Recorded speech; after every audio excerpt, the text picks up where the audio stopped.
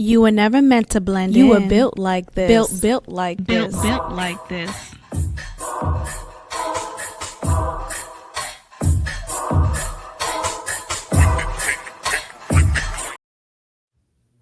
Hello. Welcome back to another episode of Built Like This podcast.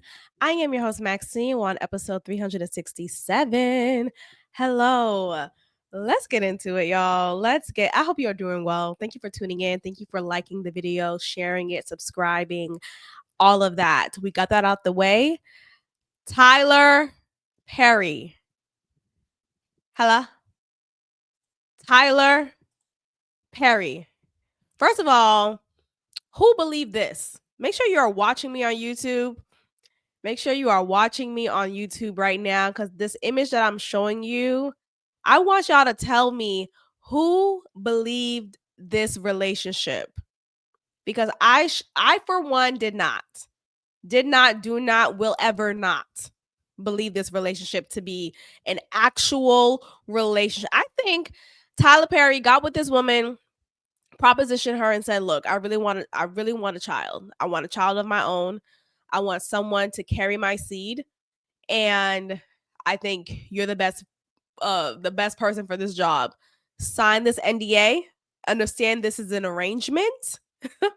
You will be taken care of as long as you are this, that, and this enough for my son." And that's what it was. I mean, look, and this is not to talk bad about him being an alleged homosexual. It is what it is.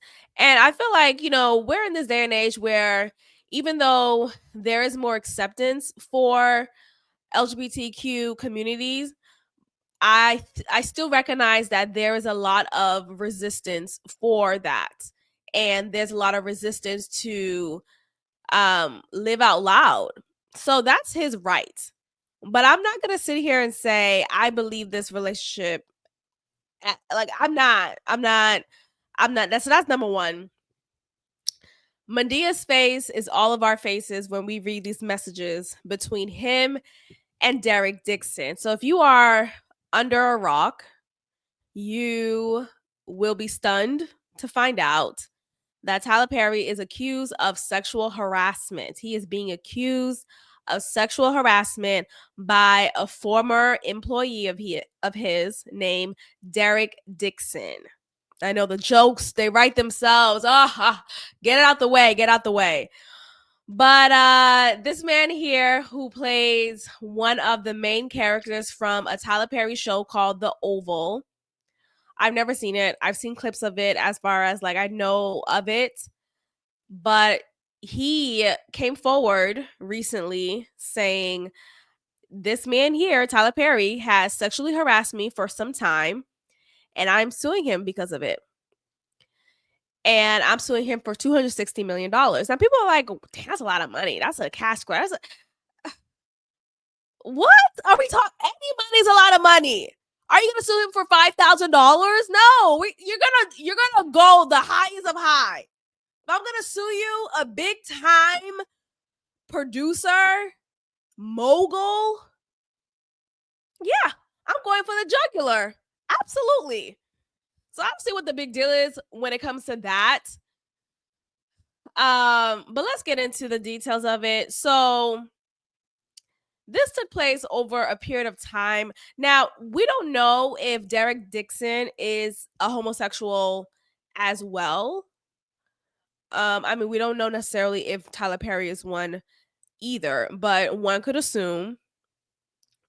Derek Dixon, according to the messages, it seems like he either is asexual, but it also seems like he's undercover homosexual too, and that's because he's afraid of being his whole self because of his religious upbringing.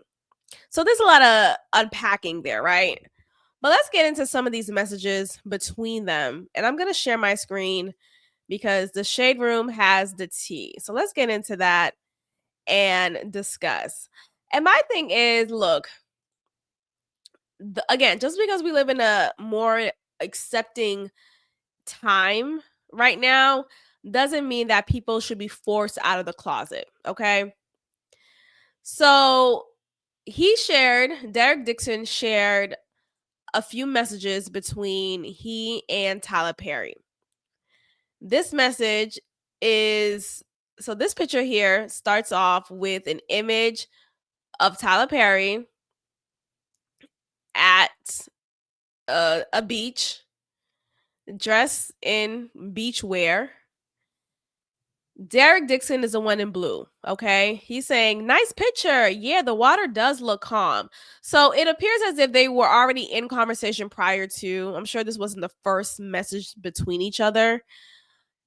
Tyler Perry responded, nice picture. Like, nigga, that's all you gotta say. Do you see this dick though? That's what Tyler Perry wanted to say. So Derek Dixon says, great, amazing, awesome picture. In Tyler Perry's response, he says, you don't see that stud in that nice picture.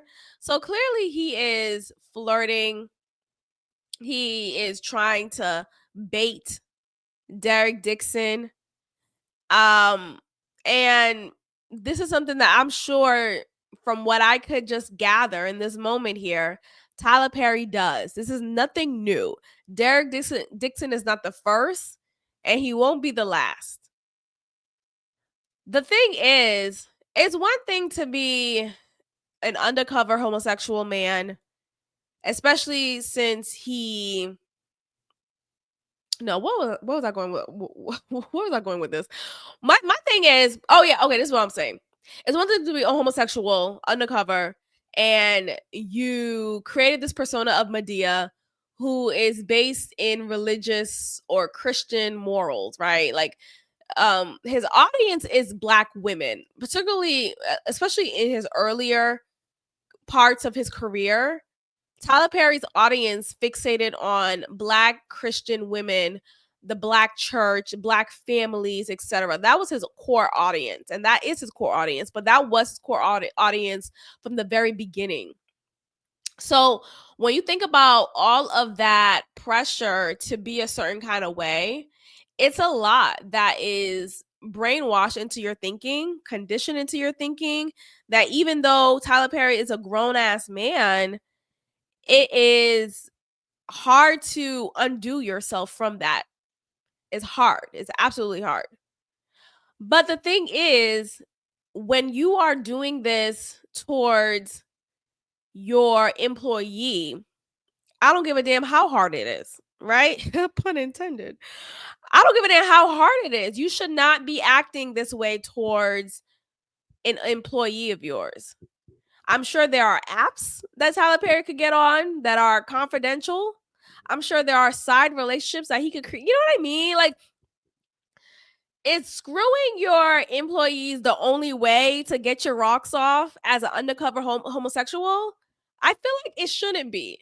But I think when you look at it from a standpoint of this is the society that he's been a part of, this is the world that he's been in, as far as this pressure to be some kind of way, then he feels like, well, this is my only way of getting my rocks off. That's my opinion. So Tyler is talking to him saying, you have a really fresh voice and fresh take on things. I could see the world and the character. So just give some context here. Derek Dixon is not only an actor, but he is a creative. He created a show. Was it the Oval that he created? He had this idea for a show that he wanted to pitch. And because he was already in contact with Tyler Perry, he thought, well, Tyler Perry is the right person to talk to about this. So he shared his idea with him. And though Tyler Perry in this text message is encouraging him, right? He's saying, you have a fresh voice. I can see the world and the characters. Wow, this is amazing. Tyler Perry wasn't going to give him any chance in hell. That's number one. He just wanted that. He wanted that. That's what he wanted. He wanted that dick. He wanted that time, and nothing more, nothing else. That's my opinion. I feel like I don't want to use that word grooming because these are grown adults. These are grown adults, and no is no is no is no. And I don't think Derek Dixon was propositioned in a way where he thought it was a genuine relationship, but come to find out he blackmailed him sexually. No, I don't think it's anything like that.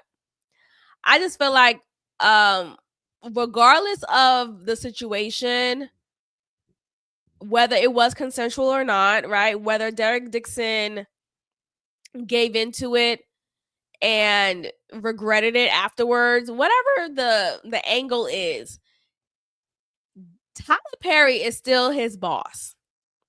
Tyler Perry is his boss, period. So the power dynamic, the power struggle between the two is apparent. Like, we can't run away from that. But I digress. Let's continue. I'm not going to go through all these, but clearly he has receipts. And I think spaghetti. Okay, so here's another example. You know what I could cook, Derek? And Derek responded, "Oh, spaghetti, cake, what can you cook?" He says, "You. I could cook you. I'm so drunk talking shit." I've never heard that line. I could cook you? How so? How so? I want you to elaborate. I'm a very literal person. Someone told me that, actually, someone who I met recently, a new colleague of mine, mentioned that to me. He's like, "You're very literal." I'm like, "Yeah, say what you mean what you say. What are we doing? Why are you talking in code? Or why are you just saying mumbo jumbo if it's not what you mean?" I don't understand that type of communication. I don't get it. So Tyler Perry goes on and says, what's it going to take for you to have guiltless sex? What is it going to take? And he says, have y'all found that yet in therapy? Derek Dixon responds and says, "Giving up my religious guilt, becoming a Buddhist. That's so cool. Where you came from, yada, yada, yada." So Tyler Perry goes on to say Tyler Perry has a bunch of friends who are in their 50s, 60s. These are older people who are still dealing with the guilt when it comes to tapping into your innate desires, your sexual desires that are opposing to your religious upbringing. And it is sad. It is absolutely sad. And I think it just speaks to the reason why you have these strange what's the word I'm looking for? But you have these like just strange relationships that Tyler Perry feels like he could only have because of his upbringing. Right? So it's just funny because he's telling Derek Dixon, what's it going to take for you to have guiltless sex? What's it going to take for you to let that shit go and really experience the freedom and just fucking niggas? Like, what's it going to take? But really, Derek Dixon should ask Tyler Perry, what is it going to take for you to stop hitting on your employees and live your life out loud? What is that going to take? Huh? So that you can comfortably have these outside public relationships and not compromise your work relationships with your employees. Because throughout this message, throughout this whole exchange, like there are more messages, but throughout this, you see Tyler Perry telling Derek Dixon, we have to keep things professional. When you come to my set, I don't know you. Don't see me. Don't I'm not gonna say what I want to say, but don't see me. You don't see me. You don't know me. If you were about to get hit by a car, I don't know you, nigga. That's what Tyler Perry was saying. Okay, that's what Tyler Perry was saying, and it's actually rude, but it speaks to him really separating himself from anything that could possibly even look like he's into men.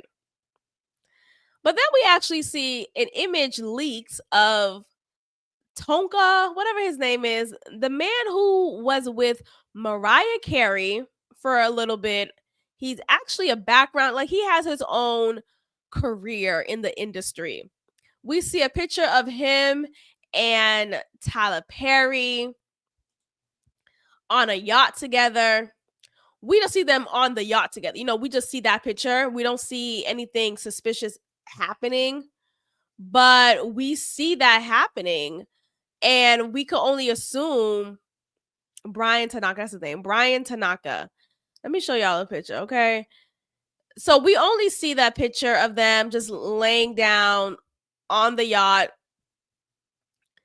One could assume that it's just them on the yacht. One could assume that something suspicious is happening as far as a relationship beyond platonic. Let's see this in the photo. Y'all see this? Yeah, make sure you are watching me on YouTube. I don't know if they see the cameras and that's what they're looking at. Like, oh shit, just play it cool, man. Play it cool. Like, I don't know. Is this what's happening here? But nonetheless, we don't see anyone around them. At least in this shot, we don't see anyone around them. We don't know. I just think this is just what happens when you have to live your life in secret. You find yourself doing things that are criminal. It's not about being gay that's necessarily criminal. That's not what I'm saying here. It's about you being a boss and you propositioning, making your employees feel uncomfortable. That is criminal. That's not okay. So that's beyond immoral. That's a charge. Like, that's a charge. And that could tear down your whole $1 billion industry that you have going on for yourself. So at some point, what's the cost here?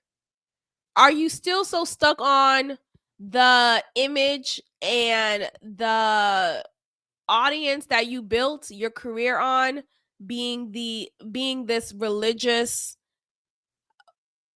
upbringing?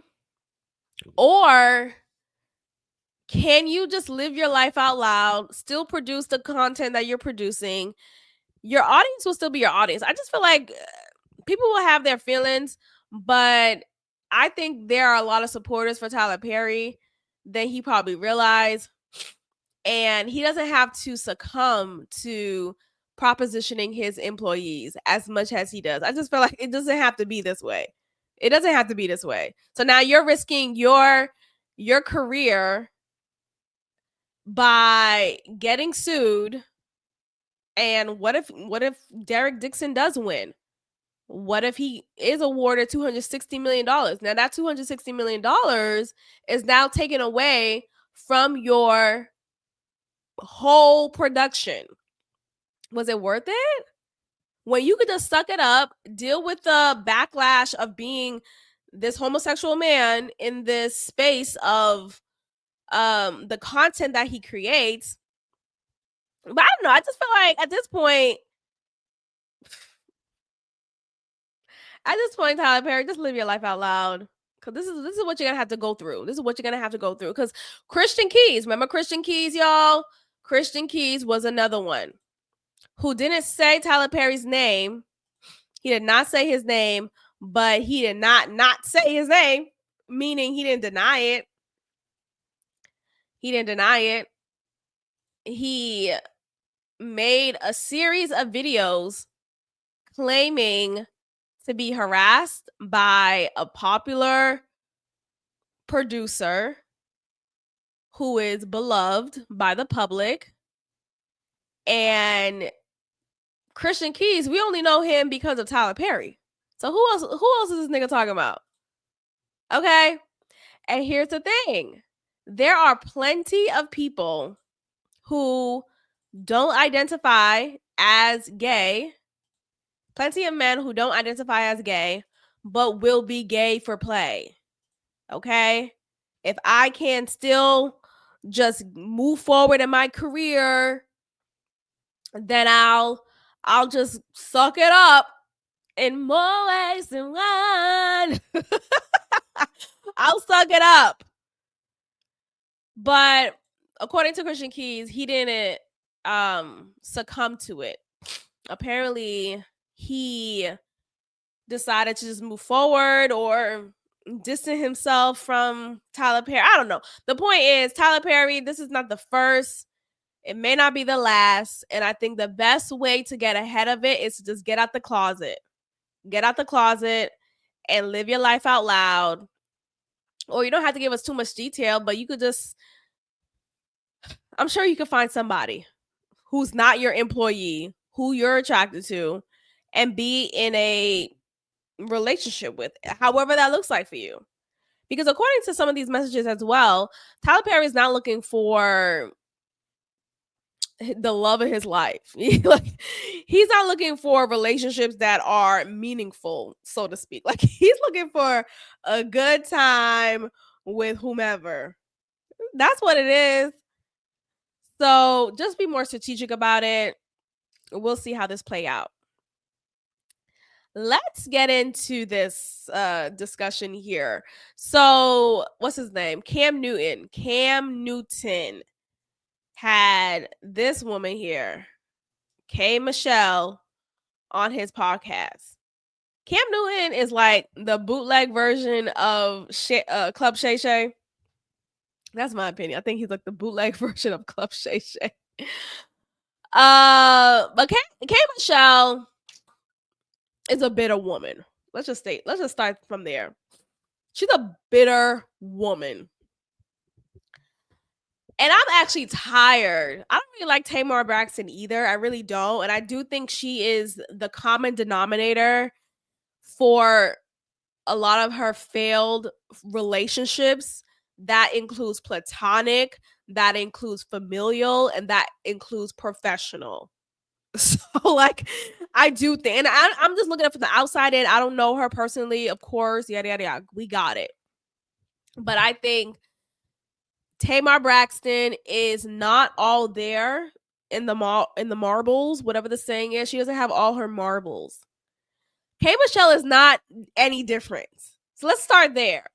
I think though Tamar Braxton may be the reason why her relationship with K Michelle, her friendship or professional relationship, whatever that looked like, failed because of her. But I think Hey Michelle doesn't help either. She is lethal with her tongue. K Michelle is lethal with her tongue, and she really lashed on Tamar in this interview here. She doesn't refer to her as Tamar Braxton, of course. She refers to her as Muppet.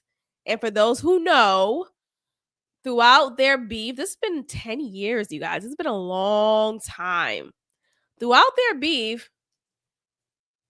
K Michelle called Tamar Muppet, making the point that she says she looks like a Muppet. Okay. Now, look, I'm not here to bully. None of that. But I don't think she's far off. I don't think she's far off. But Tamar has her own beauty in her own way.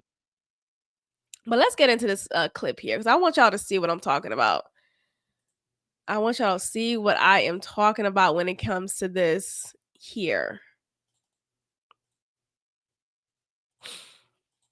And I just feel like, again, yes, I understand how. I mean, I don't understand necessarily because I haven't been through what K Michelle been through. But I think with K Michelle, you have to accept the fact that not everyone is going to believe you.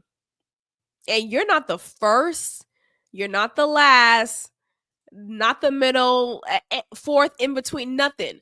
Not everyone is going to believe a victim. And it's very unfortunate, but that's just what it is. Especially when there is a pocket of victims, quote unquote, who claim to be victims, but turns out that was not true. K Michelle's mad at Tamar Braxton or still feels some type of way towards her because Tamar Braxton denied the abuse that K Michelle experienced in the hands of an ex-boyfriend who, I forget his name, Memphis, I think that's his name. He used to be with Toya Wright, who was the ex-wife of Lil Wayne. There's a lot of like intermingling of relationships here. And K Michelle was introduced to the public through Love and Hip Hop. K Michelle is very talented. She has a great voice, a lot of great songs as well. And now she's diving into the country genre, which I understand she already has history in. But I feel like it's also fair to say how it is surprising that she is now a country artist. Right? And it's not to say, oh, black women. No, can we cut it out? I get it. Oh, Beyonce's a country artist now because she did Cowboy Carter. Beyonce's going to be a rock star tomorrow. And now she's going to be a rock. We can't keep up sometimes. Okay? But I say all that to say, let's not act like it wasn't surprising to see more sudden black female country singers. Not to say that black music isn't country music or, oh yeah, I get it. I get the history. All of that is true. But you didn't start off that way. You did it. You did it. Beefing music the same way guys beefing music? Absolutely. Absolutely. You got some beefs out there? A lot. The toxic me. I mean, hate the bitch. Who? The Muppet. Like, I got into this game and I came in on a show called Love and Hip Hop. I talked about my abuse and I didn't say anybody's name. There was this Muppet in the corner yapping. And even till this day, when Beyonce sent me flowers and everything, she subliminally, but not subliminal, talked about me and everything. When I go through bookings and everything, it's always her name. Don't book her for shows. So you're attempting to even stop money for how I take care of my child and everything. All because of what? All because you ain't got no edges. All because of your sister really the star. This is what this is about. All because of the man that you love tried to talk to me before you, in the middle of you, and after you. All because I'm from the country, but you are the bumpkin. It is always something with this loudmouth coyote. And I mind my business. I don't say much. I don't say anything, Cam. But as soon as I say something, it is this and that. I'm to the point, I am for women united and all of this. Cap. No, I am. Cap. I swear for cracks and cheese. I'm for women united, but I'm tell you one thing, I'm gonna slap the fuck out of her. You can't do that. You can't do that. Yes, I can. That's why I say it's cap. You can't say woman empowerment and then. Yes, I can. You can't do that. That is a Muppet, not a woman. No, you can't say that. I can say you can't that. Say that. That's what I'm saying. K Michelle is lethal with her words, with her mouth. And okay. Received, understood, got it. Now, I don't know why Tamar will go out of her way to take the food out of her child's mouth. Can we stop it? Can these mothers out here who talk about you're taking food away from my child? Your child who's a grown-ass man now. K Michelle been having this child since we knew her back in Love and Hip Hop, and that was 12, 15 years ago. K Michelle, you don't have a child anymore. You have a grown adult son. A grown adult son who I'm sure is taking care of himself. Is he disabled? Does he not have the ability? I'm sure he could figure things out. So this kind of, oh, Tamar taking the money away from my child, my newborn baby. K Michelle, this is your only child, and he's an adult. Your child's an adult. He's not a child anymore. He will always be my baby. He's not a baby. He's a graduate of college. He graduated college. Like, I don't get that. A lot of these parents, you take away from my child, you take away from it. But you're not, though. But okay. But anyway, that's what she's claiming. I don't know, Tamar, really. Does Tamar have power like that? I don't know. But let's say that's true. Then dang, Tamar, you're childish as heck. Focus on your own career. And that's what I want these women to do, to let it go. Because what did they it was a few years ago, but I remember it was one of the BET Awards. They came together to sing together as tribute to Aretha, Patty, one of the legends. And it was a big moment because that was obviously during a time when they were still beefing, but they put things aside and they decided to move forward. So what happened now? Did Tamar reignite the flame?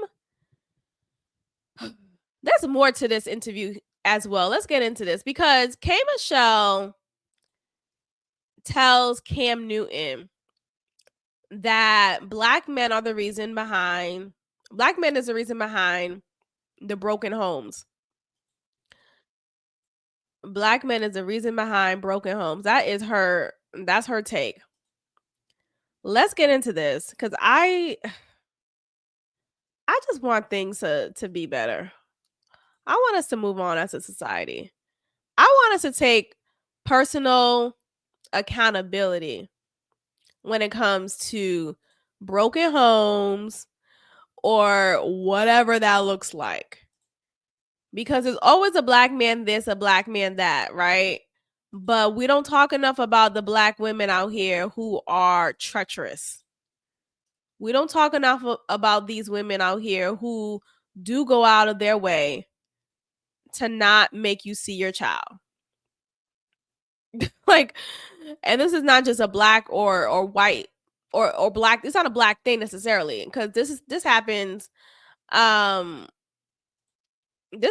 with white families too. I was just watching The Valley, and the center relationship in the show The Valley is Brittany and Jax. This is a Bravo moment, y'all. Bear with me. Brittany has Jax blocked off all contact. Jax just got released from his 30-day rehab home, and conveniently, Brittany has him all blocked.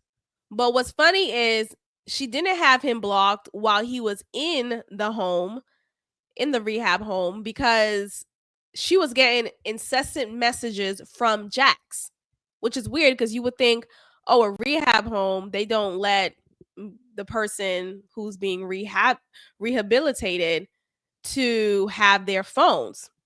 No, that's not true.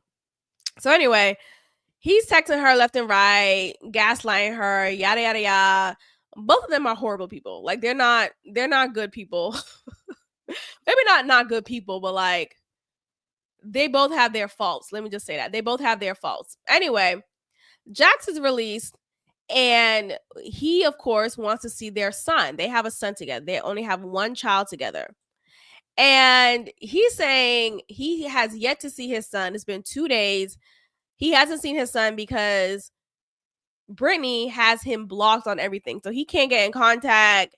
He can't just pop up to her house because there's going to be some issue. It's always going to be something, right? But I bring that up to say, if that is true, if Brittany does have him blocked, which I can't believe, because the way Brittany was moving throughout their relationship as well as him, they're both not all the way guilty. You know what I mean? Like, Jax, yes, he looks more as this horrible guy, and he's just such a terror to be with. All of that is true, but Brittany chose to still be with him knowing that.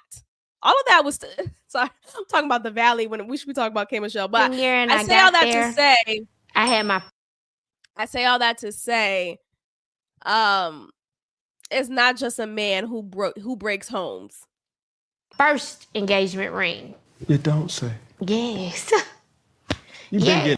My freshman year, and I got there, I had my first engagement ring. You don't say. Yes. You've been getting rings. I get a lot of rings. I don't. But oh no, you get a lot of other stuff. So I got. You do. Slow down. I researched you. Slow down. Okay. Oh, slow down. This my show. Don't hurt me. I think you like me here. No. I love you here. Okay. But since the toxic me wants to know what you heard about me, so I can confirm. Can we be honest in this space? I'm trying to tell you, you got to tell the truth. I heard about you leaving the first girl for the stripper, and I was like, oh, that was my first time hearing about you. Say it one more time. You left the first girl for the stripper. for your not disrespect because I was a stripper. Yeah. We'll get into that. Yeah. Like, left my baby mama for a stripper. Because that's all the media has put out there. Yeah. And I don't know about no football unless I'm dating a football man. I don't know what's going on. Cam Newton acting like this is news to him. Like he didn't leave his first woman who he shares 3 kids with, I believe, who he was engaged to. He act like the news of him leaving her for a stripper or a sex worker, I don't know, but one of those is totally news to him. Cam, you did it. You did it.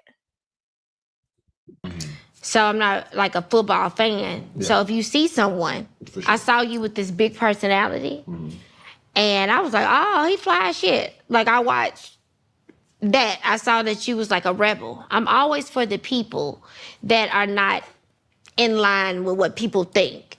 So that's my first time seeing you and witnessing who you were.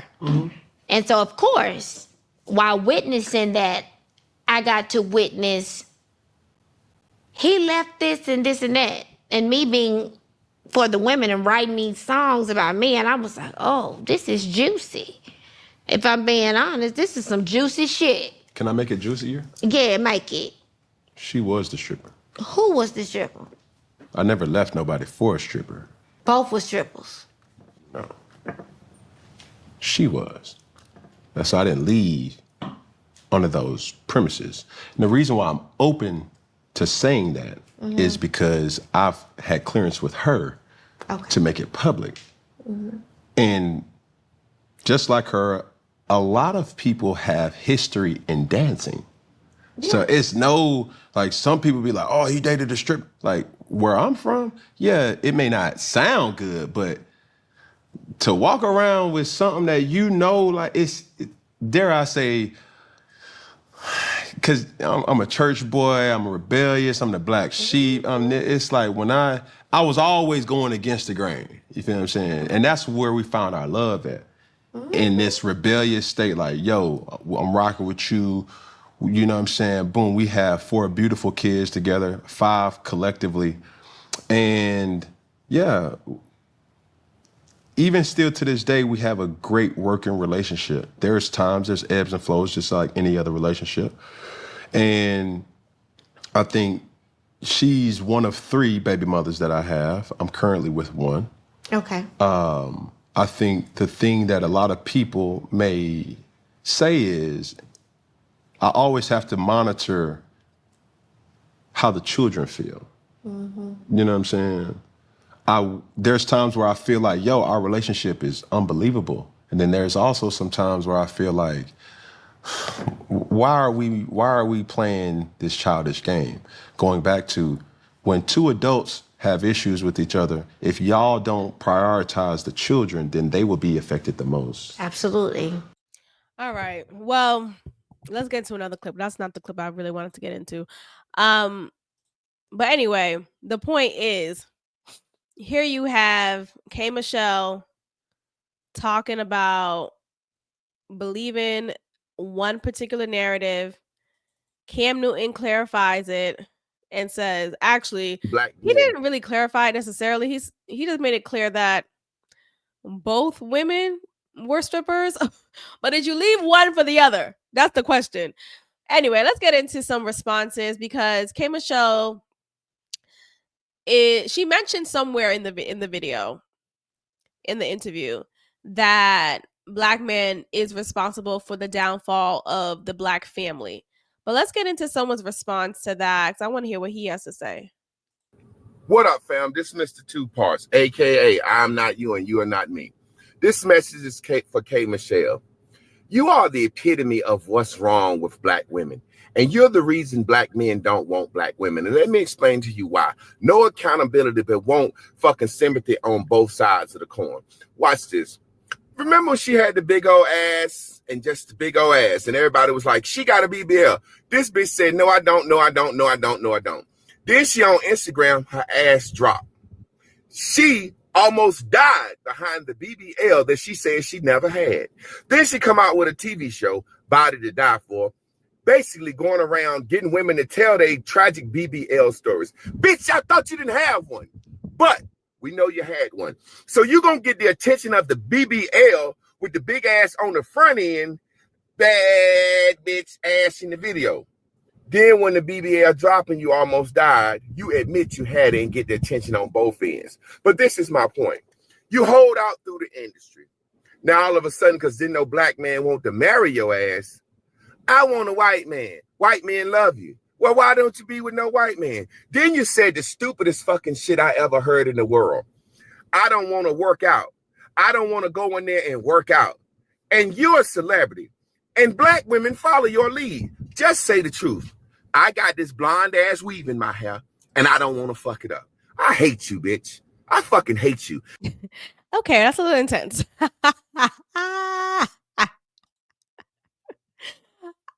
This is a live reaction. That was intense. I'm not asking him to be all "I hate you, bitch," but I think this the point is there's a lot of fault in K Michelle. That's the point. The point is there's a lot of fault in K Michelle. She does lack accountability. I don't think black man is the only person or group of people to blame for the downfall of the black family. I just think that's just a lot of propaganda. I think that's a lot of propaganda. And I feel like K Michelle, from what he says too in his video, talks on both sides of her ass. Is that the saying? She initially denied having a BBL, but then came forward to saying that she almost died from one, and then released a new show talking about all those who had botched BBLs come forward. Girl, okay. But anyway, that is my take on it. Let's move on to our next topic. This bitch. I don't know what about this man right here made Angela Simmons say, I'm going to check it out. I'm going to give this man a chance. Angie Martinez decided to interview Angela Simmons. Why? I don't know. Like, Angela Simmons, do you have something going on? Like, is there something? Are you promoting something? I still don't know what she does. She's just an influencer. She's a daughter of Rev Run. That's what she does. And we know her to be in these ridiculous gangster, street, hood relationships when you have no business being with Yo Gotti. No business. Her child's father was in the streets, got killed because of gang activity. And this dodo head thought, hey, I'm going to be in another relationship with a man who's in the streets, whose brother recently passed due to due to gang violence. Yes, gun was in the middle of it, but gang violence in particular.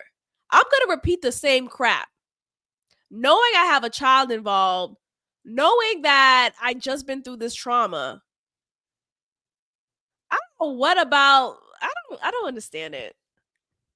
I don't understand. I feel like women should not be with men who beg to be with them. Yo Gotti was famous for having that Angela Simmons line in one of his songs. I can't remember right now, but he literally shouts her out, says Angela Simmons in it. And a few years later, maybe a couple years later, we see them finally in a relationship. They're taking all these photos, yada, yada, yada. But it just seemed to be a relationship for the hype of it all. Like, ooh, he finally is with the woman he talked about on his records. Or, oh, this is like a cool, Bonnie and Clyde type. There's nothing cool about Bonnie. They both died at the end. What are we talking about? Hey, Angela Simmons, you're the daughter of Rev Run. Where is your dad? How come he's not rearing your behind right now? Yes, you're a grown woman. I get that. But I just feel like there is no business you have with this man. What are y'all talking about? What is the conversation about between y'all? So Angela Simmons gets on Angie Martinez and she talks to us about, or she tells us about her decision having to break it off with Yo Gotti. At first she says, or from how she says it, actually, it seems like Yo Gotti broke it off with her.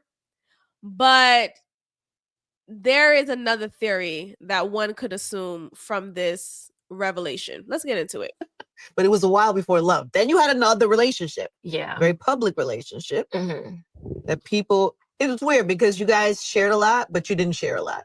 Like we saw photos and we saw it happen and people Right. were invested because he kind of manifested it in a way. Yeah, I think, when it comes to me in relationships, there's a lot of times people don't even see who I date, right? And with that one, it just felt special enough to share. You know what I mean? I think we both on the same page. And then it's like, I don't believe you have to give it all to show that you're together, but it just felt right. You were having so- fun too, it seemed like. You were having for fun with it. sure, Yeah. for sure. I think, it felt right. And like the right, it didn't, like we both have our own thing going on. It's like, cool, like both these worlds came together. It's cool. Like we can share it. And you've been quiet lately. Are you guys together still or no?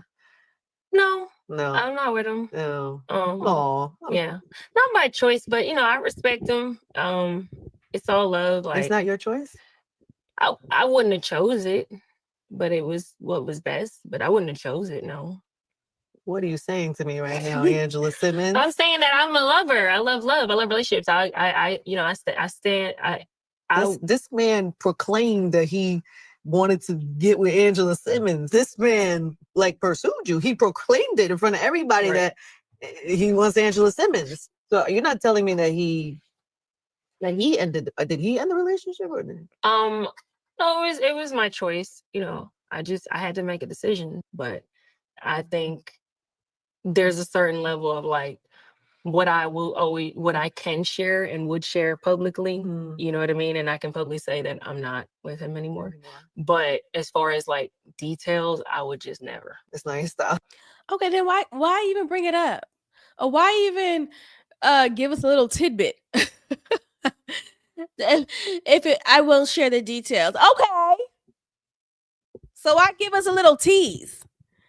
My theory is the block got too hot and she probably felt like, look, I can't get in this type of relationship again. I can't go into it too deep. So that's one angle of how I'm looking at it.